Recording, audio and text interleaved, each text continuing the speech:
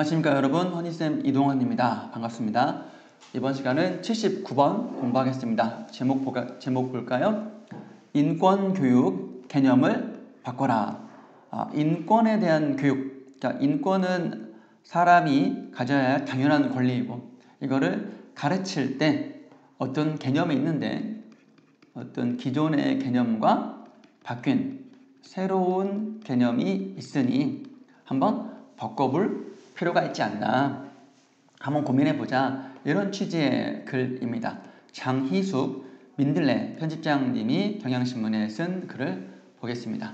그러면 중요한 내용 보자면, 그동안에 인권교육은 어땠냐, 여러가지 논의가 있겠지만 이분의 말씀은 그래요. 여기서 이제 사례가 나와요. 장애를 가진 학생들을 교육 현장에서 만나게 되겠죠. 신체가 불편하다거나 혹은 지적 능력이 좀 떨어진다거나 그런 친구들이 많이 있습니다.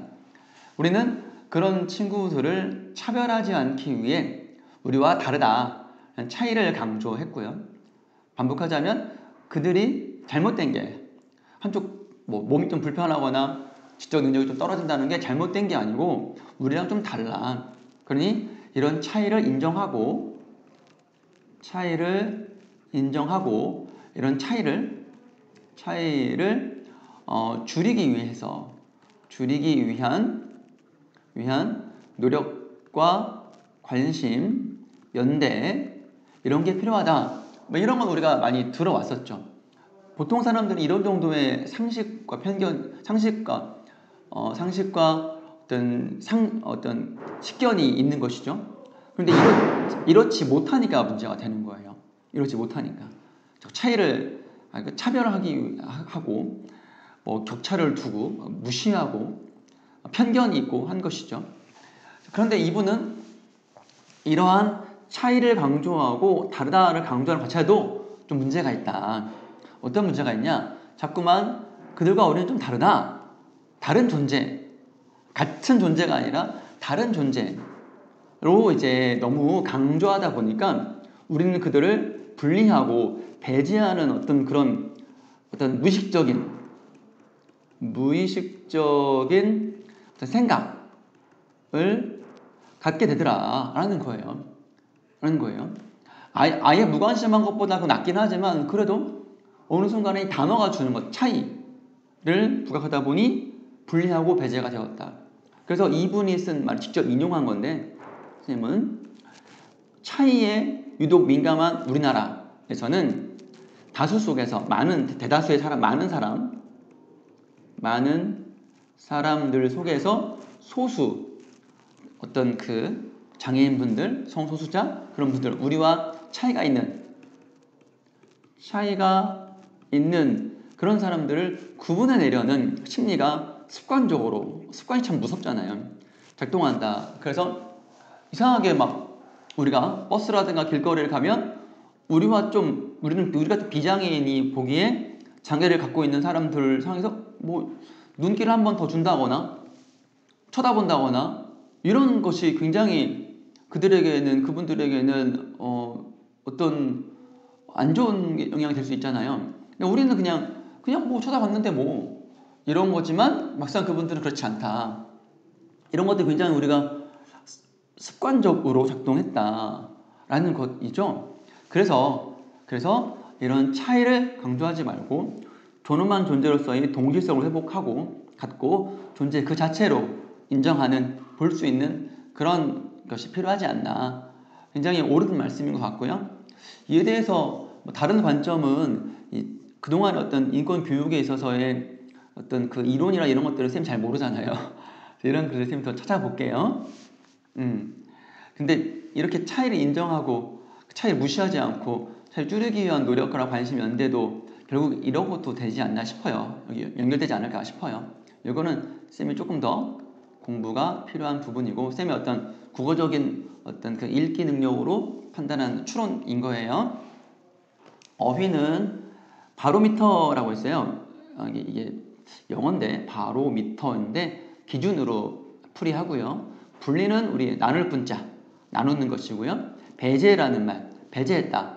어떤 제외시키는 겁니다. 저리가 이렇게 얘기하는 겁니다. 부각하다, 특징지어 두드러지게 나타내는 겁니다. 어떤 그 사람의 어떤 착한 심성을 부각했다. 이렇게 하면 더 드러내는 것이죠. 드러내다 되겠습니다. 본문 볼까요? 예전에 담임을 했던 학생 중 선천적으로 한쪽 팔이 없는 아이가 있었다. 입학식 날 선우, 가명이죠. 는 두꺼운 점퍼 안에 의수가 이제 그 만든 손이에요. 뭐 이렇게 이제 한쪽 팔이 없으니까 이거는 순전하게 이제 이 팔이 선우를 위한 것은 아니고 다른 사람들이 위한 것이겠죠. 의수 이제 가짜 손입니다. 끼고 강당에 들어섰다. 불편하다고 안 하고 다녔는데 새 친구들을 만나려니 긴장이 되었는지 다시 의수를 찾더라고 어머니가 귀뜸해 주었다.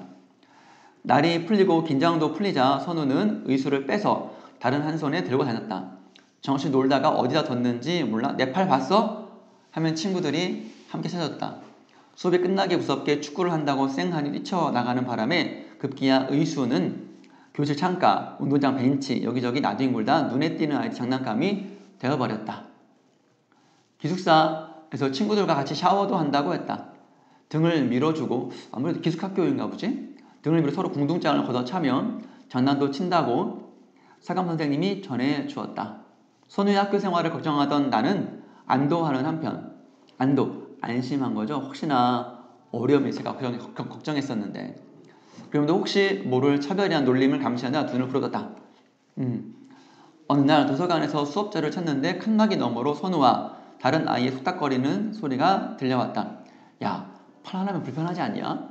저렇게 무리한 질문을 가슴이 철렁했다. 선우의 반응이 걱정되어 마음 졸이는 사이 스스럼없는 답이 들려왔다. 야, 대가 달렸으면 생각을 해봐. 너 태어날 때 팔이 3개였다가 갑자기 2개 되면 불편하겠지. 근데 원래부터 2개니까 안 불편하지. 나도 그래, 빙신아. 그러니까 원래부터 팔이 없었으니까 불편하지 않다는 거죠. 당연한 논리인데 상식적인 논리잖아.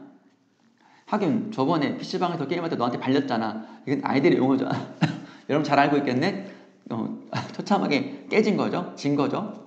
한술 졸라 빠르더라. 대화를 들으며 알아차렸다. 친구들에게 선우의 신의 특징은 장애, 비장애로 구분한 영역이 아니었다. 그냥 존재 그 자체로의 선우였던 거다. 오히려 편견에 갇힌 건 나였다. 장애 학생 담임으로서의 책임감에 주먹을 불끈 쥐고 보호주의 관점에서 그들을 도와야 하는 존재로 인식했다. 우리 대부분 다 이렇게 갖고 있죠. 장애란 무엇인가? 되게 근본적인 질문인 것 같아요. 장애란 뭐냐? 장애가 어려움이라면 우리 같은 비장애인도 늘 어려움이 있잖아? 그지? 또 만약에 장애가 도움을 필요로 하는 거지. 필요로 하지. 불편한 거 있으면 우리 같은 비장애인도 어때? 한시도, 아주 잠깐도 다른 사람의 도움 없이는 살 수 없는 의존적 존재잖아. 여러분들도 엄마 아빠 없으면 어떡해? 친구들 없으면 어떡해? 선생님 없으면 어떡해? 그런 거죠. 그래서 본질적으로 우리 장애라는 것이 어려움을 뜻하는 것, 도움을 뜻하는 것이라면 우린 모두 다 그런 것이다. 그러니까 보호라고 했을 때 비장애인이 장애인을 보호한다라고 생각하잖아. 근데 누가 누굴 보호해? 누가 누굴 보호한다는 얘기야? 보호한다는 거야. 다 각자대로 자기 삶대로 사는 거지. 보호해야 되고 보호받아야 한다는 어떤 일방적인 그런 접근은 우리의 편견이 만든 거지. 그렇습니다. 선우의 특징을 유별한 것이 아니라 당연한 것으로 받아들이던 아이들이 떠오르며 이른 나이에 생을 끝낸 변희수 하사님이시죠. 성소수자로서 끝내 이제 스스로 이제 세상을 저버린 분이죠. 군대 내의 어떤 차별인 것이죠. 더욱 애달프다, 가슴이 아프다. 우리 사회는 그의 특징을 받아들이지 못했고 성소수자가 아니라 한 인간으로서 그가 필요한 도움을 주지 못했다. 네, 뼈아픈 얘기입니다. 인권 교육을 할 때 흔히 차별하지 않기 위해 차이를 인정하자고 한다. 틀린 게 아니라 다르다는 말도 강조한다. 얼핏 옳은 말들이지만 자꾸만 차이를 부각 드러내면 교육은 계층, 계층이라는 말은 상층, 중층, 하층 이렇게 층계를 만든다는 거예요. 위아래 층계를 만든다는 거예요. 분리, 배제, 상중하 만들고 뭐 비장애인, 뭐 중, 뭐 하, 장애인 이렇게 만들어 놓고 상에 있는 애가 하를 차별하고 분리하고 배제하고 뭐 이런다는 거죠. 양산한다, 많이 만들어낸다. 만들어낸다. 차이에 유독 민감한 한국 사회에선 다수 속에서 소수를 구분해내려는 심리, 되게 못된 심리입니다. 그냥 못된 심리고 그냥 무관심의 배려라는 말 있잖아요. 여러분들 배운 적 있을 겁니다. 무관심의 배려. 어때요? 무관심의 배려? 그러므로 우리가 찾아내야 할 것은 다름이 아니라 존엄한 존재로서의 동질성 아닐까. 아이들의 사고는 기성세대가 만들어낸, 기성세대는 어른이죠. 문화의 바로미터다. 기준이다. 그러니까 어른들이 생각하는 대로 아이들이 생각한다. 인권교육 이전에 자유로운 아이들의 세계를 어른들의 편견으로 물들이지 않는 것 또한 우리가 아는 중요한 과제이다. 그러네요, 여러분. 어른으로서 선생님이 좀 배웠네요. 차이를 인정하기보다 그 차이를 넘어서기 위한 하나의 똑같은 존재로서 받아들이는 것, 함께하는 것, 이런 것들, 필요 이상으로 도움 주지 않는 것, 도와달라고 할 때 도와주고 지켜봐 주는 것, 함께하는 것, 이것이 중요하지 않을까 싶습니다. 어때요, 여러분들? 여러분 주위에도 이런 친구 있다면 같이 한번 더 많이 고민해 봐요. 오늘 여기까지 할까요? 수고했습니다.